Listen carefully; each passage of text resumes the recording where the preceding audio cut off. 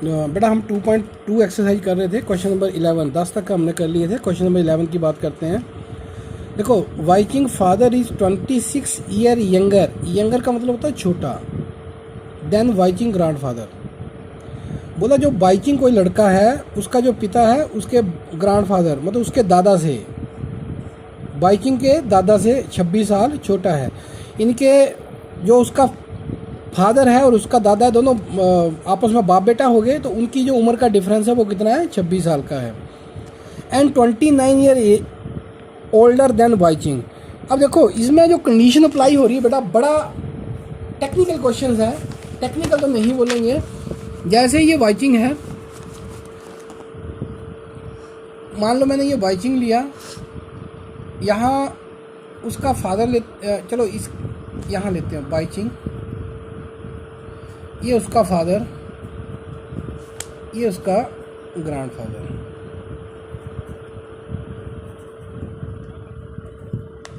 अब ये जो वाइकिंग का पिता है उसके दादा से, इनके इन दोनों की उम्र का जो डिफरेंस है, इन दोनों की उम्र का डिफरेंस कितना है, 26 ईयर, 26 साल का फ़र्क है दोनों का। ठीक है, तो जैसे मान लो इसकी उम्र 5 साल होगी तो उसका फादर जो इसका फादर, ये फादर है तो इसका ये फादर होगा, ग्रैंड वाइकिंग का ग्रैंड फादर है, लेकिन इसका क्या है, वो फादर ही है। अगर इसकी उम्र 5 साल होगी तो उसके फादर की क्या हो जाएगी, 31, 26 साल का फ़र्क है, 26 साल बड़ा है वो। ठीक है, और जो वाइकिंग यंगर, यंगर का मतलब इससे 26 साल छोटा है, और ये मतलब इससे वो 26 साल क्या हो गया, बड़ा हो गया। अब उसने बोला वाइकिंग, जो वाइकिंग और ये उसका पिता है, ये इन दोनों की उम्र का डिफरेंस कितना है, 29 है। इन दोनों की उम्र का कितना डिफरेंस है, 29 है। फादर और ग्रैंड फादर का 26 का है, और इसका और इसका कितना है, 29 का है। तो आप खुद देख लो बेटा कि यहाँ पर किसके ऊपर उम्र डिपेंड कर रही है, वाइकिंग के ऊपर। अगर वाइकिंग की उम्र मुझे पता होगी तो फादर में मैं ये जोड़ूंगा तो मुझे किसकी मिल जाएगी, उसके पापा की। तो हम मान लेते हैं कि let age of viking equal to x years. अब उसके फादर की क्या हो जाएगी, इसमें 29 जुड़ जाएंगे क्योंकि वाइकिंग से 29 साल बड़ा है, तो वाइकिंग की उम्र कितनी है, x प्लस ये कितना हो गया, 29। अब आती है ग्रैंडफादर की, therefore age of grandfather, grandfather क्या होगा, उसके फादर से 26 साल बड़ा है, तो यानी कि x प्लस 29 प्लस कितना हो गया, 26। तो ये क्योंकि उसकी उम्र में 26 जुड़ जाएंगे पापा की उम्र में, तो इसको जोड़ दो, x प्लस 9 6 15 2 2 4 और 1 5 55, ये आ गई उसकी उम्र ग्रैंडफादर की। अकॉर्डिंग टू क्वेश्चन क्या है, अकॉर्डिंग टू क्वेश्चन है इन तीनों की उम्र का जो सम है वो 135 है। इन तीनों की उम्र का सम क्या है, इनके x plus 29 plus x plus 55 equal to 135। अब ये देखो ब्रैकेट को हटाओ, x plus 29 plus x plus 55 equal to 135। अब देखो x वाले कितने, 1 2 3, तो ये तीनों प्लस के थे, 3x आगे, ये जुड़ जाएंगे, 9 और 5 14, 5 और 2 7 और 1 8, ये आ गया 135। इनके 3x, ये प्लस का उस तरफ जाके माइनस का हो जाएगा, ट्रांसपोज करेंगे तो 3x इक्वल टू 84, 135 84 माइनस कर दो 1 51, तो x इक्वल टू आपका आ गया 51 डिवाइडेड बाई 3, ट्रांसपोज करेंगे डिवाइड होगा 17, x इक्वल टू कितना आ गया, 17। उम्र निकल गई, therefore age of viking x थी, तो x की वैल्यू कितनी आई, 17।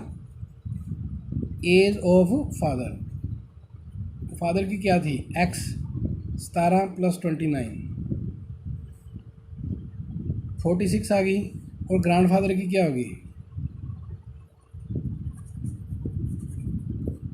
ग्रैंड फादर की थी x 17 plus 55 equal to 72 years. ये आंसर आ गया, ये तीनों की उम्र निकल गई। नेक्स्ट क्वेश्चन था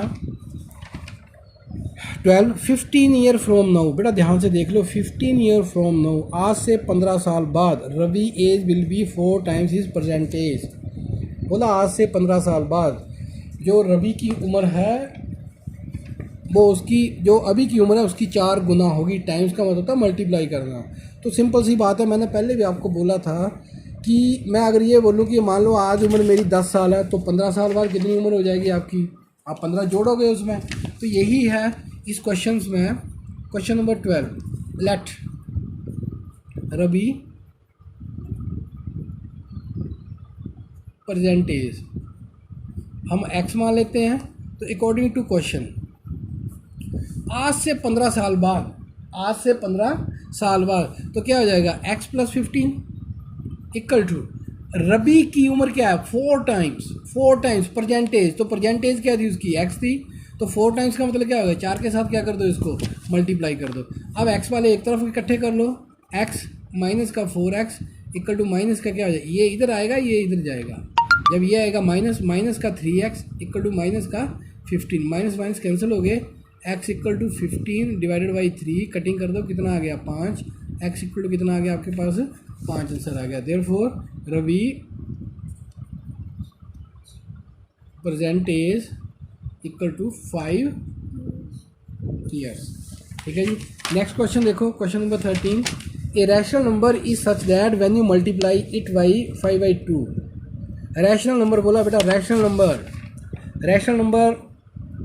नंबर आपको पता पी वाई क्यू की फॉर्म का होता है। आप यहाँ पर उसने रैशनल नंबर बोला, आप एक्स भी मान सकते हैं क्योंकि एक्स अपॉन 1। ये rational number is such that when you multiplied it by 5/2, उसको 5/2 के साथ गुणा करना है और उसमें क्या करना है 2/3 क्या करना है ऐड करना है टू द प्रोडक्ट। जो आंसर आएगा उसमें 2/3 ऐड करोगे तो आपको क्या मिलेगा -7/12 मिलेगा। तो आपको ये बताना कि नंबर क्या है। अब मुझे नंबर ही पता नहीं है तो हम ये मान लेते हैं कि लेट, क्वेश्चन नंबर 13 है, लेट रैशनल नंबर क्या मान लिया हमने x मान लिया अकॉर्डिंग टू क्वेश्चन। बड़ा सिंपल है, ध्यान से पढ़ते चलो। ए rational number is such that when you multiply it by, यानी कि इट क्या था मेरे पास x था, उसको मल्टीप्लाई कर दिया किसके साथ 5/2 के साथ एंड ऐड, और 2/3 उसमें क्या कर दिए ऐड कर दिए, यू गेट -7/12। अब आपको इसको सिंप्लीफाई करना आता ही है। 5/2x इक्वल टू -7/12, जो राइट साइड में पड़ी है पहले लिखी जाएगी, ट्रांसपोज होगी -2/3 5/2x। बेटा एलसीएम लो, एलसीएम कितना आएगा इसका 12 आएगा, 12 और 3 का एलसीएम 12 आता है।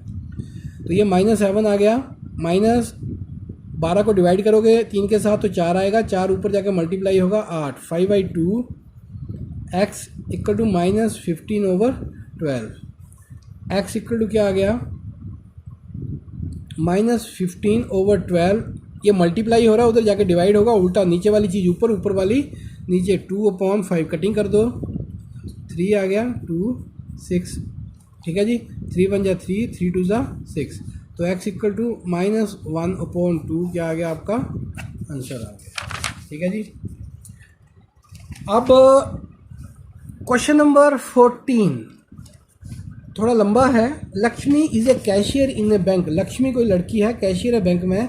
She has a currency notes of denominations 100, 50 और 10।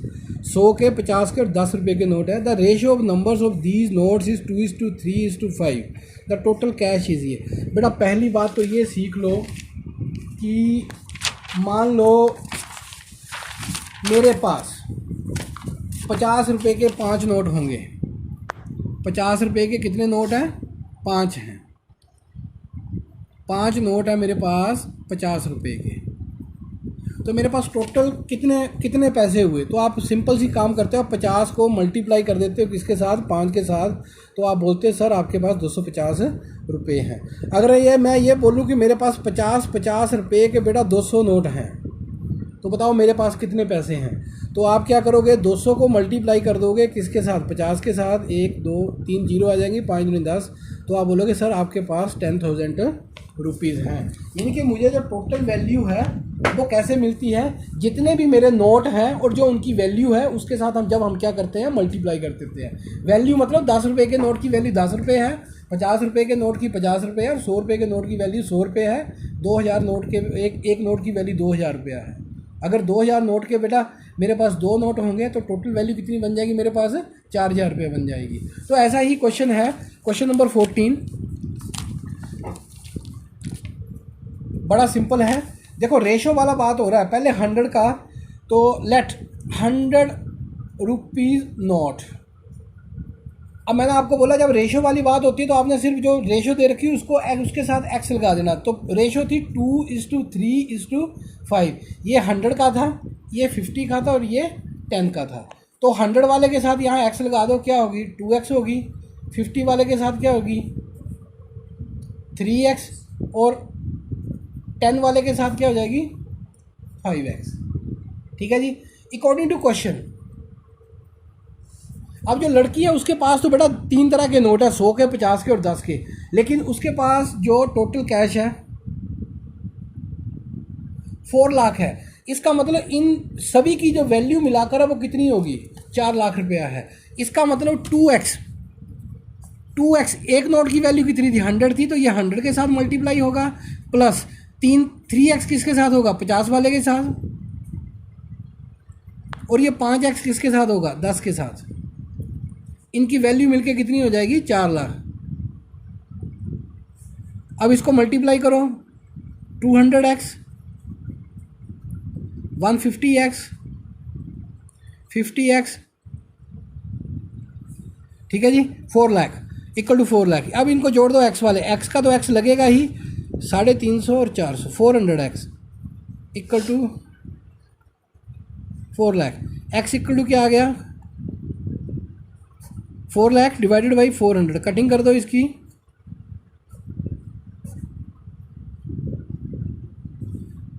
x इक्वल टू कितना आ गया? 1000। ये आंसर नहीं आया। उसने पूछा था कि how many notes which denomination does have, कितने कितने नोट है उसके पास। Therefore 100 rupees note equal to क्या हो जाएगा बेटा? यहाँ रख दो 2 इंटू एक्स की जगह पे क्या रख दो? 1000। तो कितने आ गए? 2000। इसी तरह 50 वाले नोट कितने हो जाएंगे? 3 इंटू 1000, 3000। और 10 वाले कितने हो जाएंगे? आपका था 5x, 5 इंटू एक्स की वैल्यू 1000 आई आपकी, 5000। ये इतने इतने नोट है। ये आंसर नहीं है, रुपए नहीं है, ये नोट है, नंबर ऑफ नोट है। उसके बाद है हमारा question number 15। I have total ₹300 in coins of denomination. Same question है, 1, 2 और 5 रुपये के। बेटा ध्यान से देख लो कि 1, 2 और 5 रुपये के सिक्के हैं, टोटल वैल्यू उनकी मिलकर कितनी हो जाती है? 300 रुपया है। The number of 2 rupees coin is 3 times the number of 5 rupees coin. बेटा 2 रुपये के सिक्के जो हैं, ध्यान से यहाँ पर देखने वाली चीज़ है, 2 rupees coin is 3 times the 5 rupee coins. अगर इसका मतलब ये हुआ कि अगर मुझे 5 रुपये के सिक्के पता चल जाएंगे तो 2 रुपये के तो बड़ी आसानी से निकल जाएंगे, 3 गुना हो जाएंगे उसके। जैसे मैं बोलता हूँ 5 रुपये के मेरे पास दो सिक्के हैं, 5 रुपये के 2 सिक्के हैं, तो 2 रुपये के कितने हो जाएंगे? उसको 3 के साथ मल्टीप्लाई कर देंगे, जितने भी 5 के सिक्के होंगे हमारे पास। The total number of coin is 160। तो टोटल सिक्के हैं मिलाकर वो 160 है, उनकी वैल्यू 300 है। तो सबसे पहला आप लोग किसका मानोगे? किसका मानना पड़ेगा आपको? क्वेश्चन नंबर 15 में सबसे पहली चीज़ आपको जो सपोज करनी पड़ेगी वो करनी पड़ेगी बेटा 5 रुपये के। क्यों? क्योंकि 5 रुपये के सिक्कों के ऊपर डिपेंड कर रहे हैं 2 रुपये के सिक्के। Let 5 rupees coin equal to क्या मान लिया? एक्स मान लिया। देयरफॉर ₹2 कॉइन क्या हो जाएंगे? बड़ा सिंपल हो गया। दूसरा बोला था 2 रुपये के सिक्के क्या 3 टाइम्स है, तो कितने हो जाएंगे? 3x हो जाएंगे। अब 1 रुपये के सिक्के कितने होंगे? अब टोटल सिक्के थे 160, तो मेरे पास 3 तरह के सिक्के हैं, इनके टोटल कॉइन कितने मेरे पास? 160। 3 तरह के सिक्के हैं। अब मुझे 5 रुपये वाले पता चल गए, 2 वाले पता चल गए, तो एक वाले क्या होंगे? 160 में से दोनों क्या हो जाएंगे? ये माइनस हो जाएंगे। 160 माइनस का x माइनस का 3x, इनके आपके पास आ गए 160 माइनस का 4x, ₹1 कॉइन। ये आ गए मेरे पास अकॉर्डिंग टू क्वेश्चन।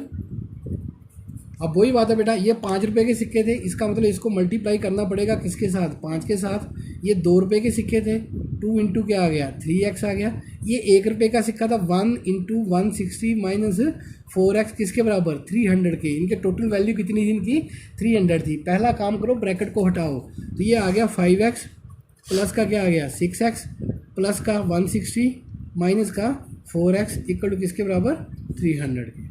ठीक है जी। अब ये देखो बेटा, ये प्लस का इनको जोड़ लो, 6 और 5 कितने हो गए 11x प्लस 160 माइनस के 4x इक्वल टू किसके बराबर 300 की। अब ये प्लस का ये माइनस का घट जाएंगे, 7x प्लस का 160 इक्वल टू किसके बराबर 300 की। तो 7x किसके बराबर आ गया 300 माइनस का क्या आ गया 160, 7x इक्वल टू कितना आ गया